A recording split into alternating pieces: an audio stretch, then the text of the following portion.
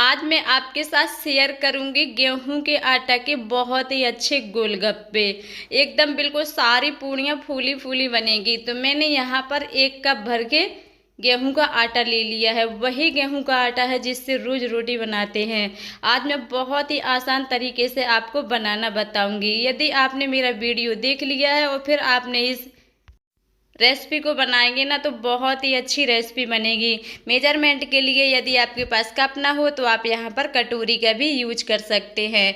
लेकिन कटोरी भी आपको ऐसी लेनी है कि ऊपर और नीचे एक जैसी हो। ऐसी ना हो कि नीचे थोड़ी सी जो छोटी होती है और ऊपर चौड़ी होती है। यदि आप उस तरीके की कटोरी लेते हैं तो मेजरमेंट थोड़ा बहुत गड़बड़ हो जाता है। तो मैंने यहाँ पर 1 कटोरी भर के गेहूं का आटा लिया है और आधी कटोरी भर के यहाँ पर मैंने सूजी ली है। और जो मैंने यहाँ पर सूजी यूज की है मोटी वाली सूजी। और यहाँ पर जो पानी लेना है मैंने नॉर्मल सादा पानी ले लिया है। यदि आप हल्का गर्म पानी लेना चाहते हैं तो हल्का गर्म पानी भी यहाँ पर ले सकते हैं।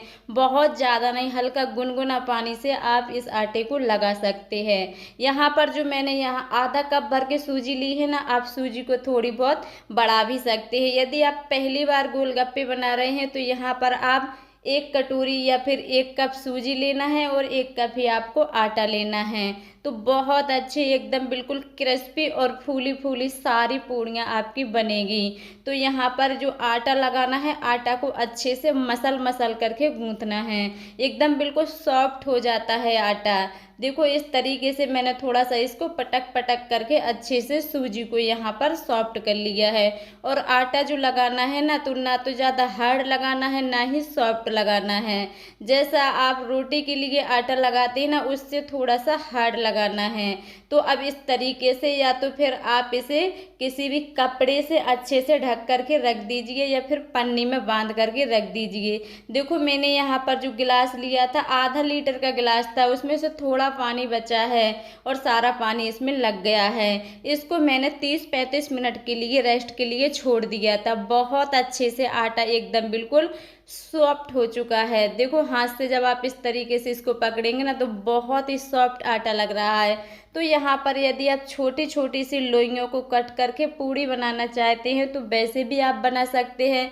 लेकिन इस सबसे आसान तरीका होता है, एक बड़ी सी रोटी बना लीजिए, इसको किसी भी गिलास या ढक्कन से एक साइज की सारी पूड़ियाँ कट हो जाती हैं। और यहाँ पर जो आपको रोटी बनानी है एकदम बिल्कुल जितनी पतली आसानी से हो सके उतनी पतली इसको बना लेना है। और हो सके तो बिल्कुल पूरी रोटी को एक जैसा ही इसको बेलना है। फिर इस तरीके से आपको कट कर लेना है। तो एक बार में कम से कम 10-15 पूड़ियाँ बन जाएंगी। आसान भी है और सभी लोग इसे बना भी सकते हैं। और एक जैसी सारी पूड़ियाँ एक साइज की बनेगी। तो कुछ इस तरीके से कट करके मैं इसको निकाल लूँगी। देखो एकदम बिल्कुल पतली पूड़ियाँ हैं। तो इसको पहले आपको इस तरीके से रख देना है। बरसात का मौसम है, कपड़ा को गीला नहीं करना है। यदि करना है तो बहुत कम करना है, नहीं तो ये पूड़ियाँ चिपक जाएंगी। मैंने तो कपड़ा को बिल्कुल भी गीला नहीं किया, एक कपड़ा नीचे बिछा दिया है और एक ऊपर से इसको ढक दिया है। और एक एक करके लाइन में मैं इस तरीके से सारी पूड़ियाँ लगाती जाऊंगी। देखो मैंने कुछ इस तरीके से पूड़ियाँ बना ली हैं। जो पूड़ियाँ मैंने पहले बनाई थी उन्हीं को पहले ऑयल में फ्राई करना है। अब इसी तरीके से मैं थोड़ी बहुत और बना लूँगी। यदि आप अकेले बना रहे हैं तो बहुत ज़्यादा पूड़ियों को बेल करके नहीं रखना है। और कढ़ाई में जो ऑयल रखा था मैंने, ऑयल को अच्छे से धुआंधार गर्म होने दिया है। फिर इसके बाद गैस को मैंने कर दिया है मीडियम। एक एक करके पूड़ी को इस तरीके से डालते जाना है। जब तक एक पूड़ी आपकी फूल ना जाए तब तक दूसरी पूड़ी को नहीं डालना है। जब इस तरीके से आप चम्मच या झरिया से इसको हिलाएंगे तो एकदम से ये फूल आती है। और जो नहीं फूलती है तो थोड़ी देर में वो बिल्कुल भी नहीं फूलती है, तो आप दूसरी डाल दीजिए। देखो जिसको फूलना है वो एकदम से तुरंत फूल आती है। तो कुछ इस तरीके से मैं अपनी एक एक करके इसमें पूड़ियाँ डालती जाऊंगी। एकदम से बहुत ज़्यादा नहीं डालनी है, नहीं तो आप इस तरीके से चला नहीं पाएंगे, तो ये पूड़ियाँ फूलेंगी नहीं। जब एक साइड से सिक जाएंगी तो आपको इस तरीके से पलट लेना है और दोनों साइड अच्छी से सुनहरा कलर आने तक इसको सेंक लेना है। यदि आपको ज़्यादा डार्क सिकी हुई पूड़ी पसंद हो तो आप उस तरीके से इसको सेंक सकते हैं। तो देखो बहुत अच्छे एकदम बिल्कुल गुब्बारे की तरह फूली फूली मेरी जो गेहूं के आटे के गोलगप्पे हैं बनकर तैयार होने वाले हैं। इनको बनाने में बहुत ज़्यादा ना तो समय लगता है ना ही बहुत ज़्यादा झंझट है, लेकिन खाने में तो बहुत टेस्टी लगते हैं।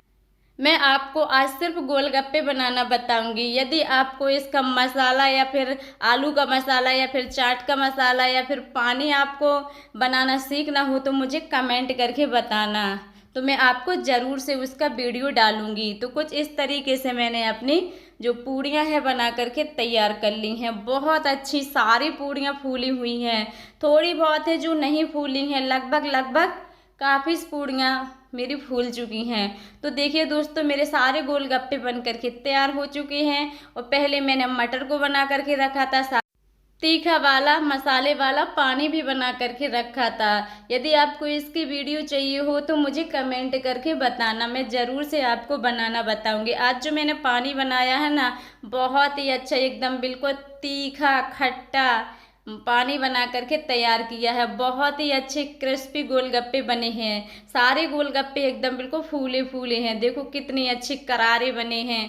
प्लीज़ यदि आपको मेरी वीडियो ज़रा से भी यूजफुल लगी हो ना तो लाइक शेयर कमेंट करना बिल्कुल मत भूलिए। चैनल पर नए हैं तो चैनल को भी सब्सक्राइब करें। यदि आप फेसबुक पर देख रहे हैं तो मेरे पेज को भी फॉलो कर लेना। पहले इसमें थोड़ी सी प्याज डाली और साथ में मैंने यहाँ पर मटर और पानी डाल करके इसको इस तरीके से सर्व किया जाता है। वीडियो को एंड तक देखने के लिए आपको धन्यवाद।